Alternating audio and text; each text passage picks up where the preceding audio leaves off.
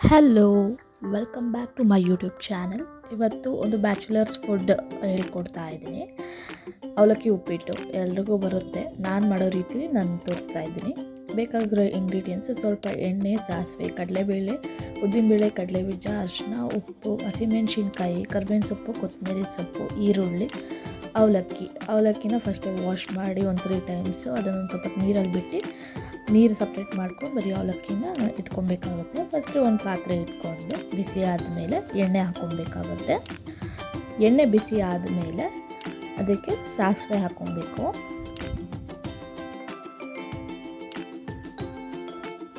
ಸಾಸಿವೆ ಸಿಡಿಬೇಕು. ಸಿಡಿದಾದ ಮೇಲೆ ಕಡಲೆಬೇಳೆ, ಉದ್ದಿನಬೇಳೆ, ಕಡಲೆಬೀಜ ನಾವು ಒಟ್ಟಿಗೆ ಹಾಕ್ಕೊತೀನಿ. ಅದನ್ನು ಹಾಕ್ಕೊಬೇಕಾಗುತ್ತೆ. ಸಾಸಿವೆ ಸಿಡಿಯೋಕ್ಕೂ ಮುಂಚೆನೇ ಹಾಕ್ಕೊಂಡ್ರೆ ಸಾಸಿವೆ ಸಿಡ್ದಿರಲ್ವಲ್ಲ, ಆವಾಗ ಸ್ವಲ್ಪ ಕಸರೆ ಥರ ಆಗುತ್ತೆ. ಅದರಿಂದ ಯಾವಾಗಲೂ ಸಾಸಿವೆ ಎಣ್ಣೆಗೆ ಹಾಕಿದ ತಕ್ಷಣ ಅದು ಚಿಟಪಟ ಅಂತ ಸಿಡಿಬೇಕು. ಅದಾದಮೇಲೆ ಹಾಕ್ಕೊಳ್ಳಿ. ಇವಾಗ ನಾನು ಕಡಲೆಬೇಳೆ, ಉದ್ದಿನಬೇಳೆ, ಕಡಲೆಬೀಜ ಮೂರನ್ನು ಒಟ್ಟಿಗೆ ಹಾಕ್ಕೊಂಡಿದ್ದೀನಿ. ಅದು ಗೋಲ್ಡನ್ ಬ್ರೌನ್ ಆಗಬೇಕು, ಅಲ್ಲಿ ಗಂಟ ಫ್ರೈ ಮಾಡ್ಕೊಬೇಕು.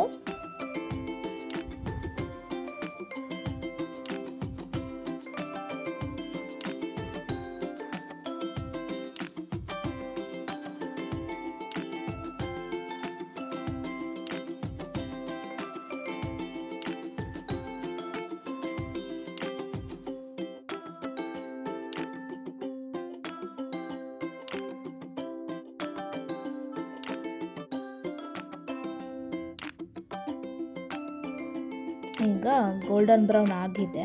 ಇವಾಗ ನಾನು ಈರುಳ್ಳಿ ಹಾಕ್ಕೊತಾ ಇದ್ದೀನಿ. ಈರುಳ್ಳಿ ನಾನು ಉದ್ದುದಕ್ಕೆ ಹೆಚ್ಕೊಂಡಿದ್ದೀನಿ. ನಿಮಗೆ ಸಣ್ಣಕ್ಕೆ ಬೇಕು ಅಂದರೆ ಸಣ್ಣಕ್ಕೆ ಹೆಚ್ಕೊಬೋದು. ಈರುಳ್ಳಿ ಟ್ರಾನ್ಸ್ಪರೆಂಟ್ ಆಗಬೇಕು, ಸಾಫ್ಟ್ ಆಗಬೇಕು, ಅಲ್ಲಿ ಗಂಟ ಇದನ್ನು ಫ್ರೈ ಮಾಡ್ಕೊಬೇಕು.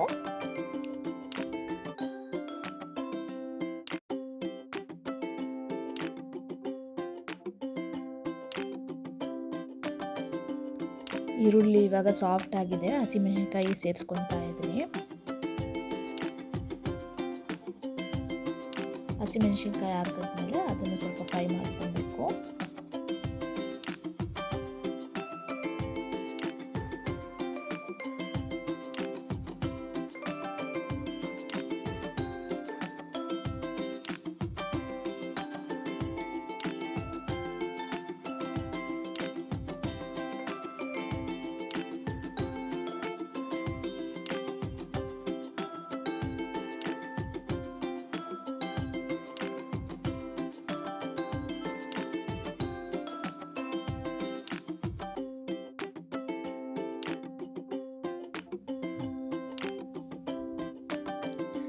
ಈಗ ನಾನಿಲ್ಲಿ ಇದಕ್ಕೆ ಸ್ವಲ್ಪ ಕರ್ಬೇವಿನ ಸೊಪ್ಪು ಸೇರಿಸ್ಕೊತಾ ಇದ್ದೀನಿ. ಕರ್ಬೇವಿನ ಸೊಪ್ಪನ್ನ ಕಟ್ ಮಾಡಿ ಹಾಕೋದ್ರಿಂದ ರುಚಿ ಸ್ವಲ್ಪ ಹೆಚ್ಚುತ್ತೆ.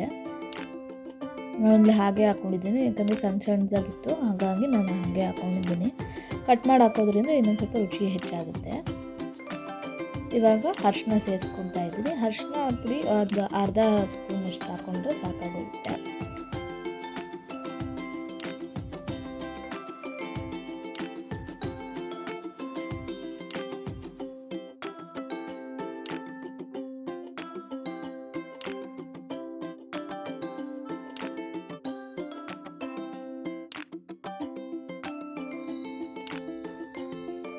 ಇವಾಗ ಸ್ವಲ್ಪ ರುಚಿಗೆ ತಕ್ಕಷ್ಟು ಉಪ್ಪು ಹಾಕ್ಕೊಬೇಕು.